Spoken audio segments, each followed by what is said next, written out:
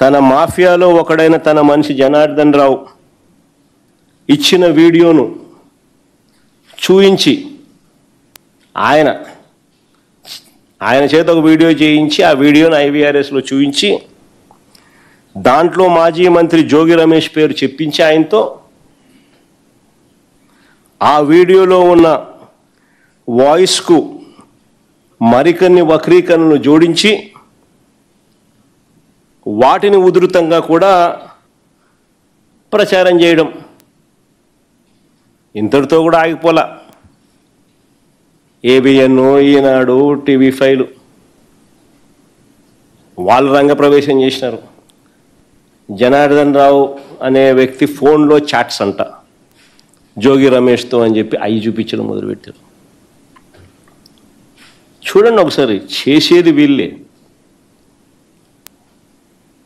Divert చేస్తూ ఇంకొకరి మీద బురద జల్లుతూ ఏ రకంగా కథా స్క్రీన్ ప్లే డైరెక్షన్ ఏ రకంగా జరుగుతూ ఉందో. నేను చంద్రబాబు నాయుడు కొన్ని సూటిగా ప్రశ్నలు అడుగుతా ఉన్నా. చెప్పే ధైర్యం తనకు ఉంటే చెప్పమని చెప్పి అడుగుతా ఉన్నా.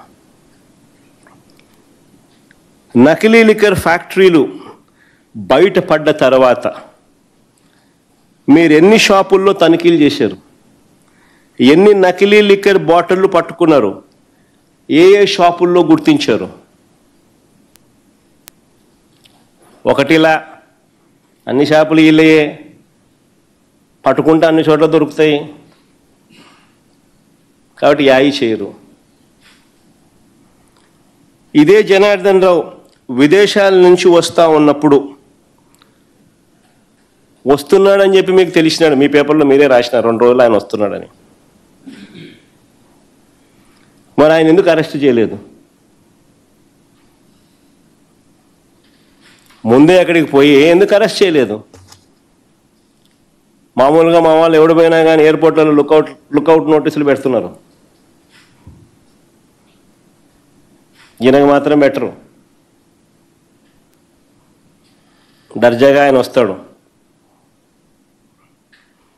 నేను అడుగుతా ఉన్నా, మరి ఈ జనార్దన్ రావు అనే ఈ మనిషి వీడియోలో ఎలా మాట్లాడగలిగాడు?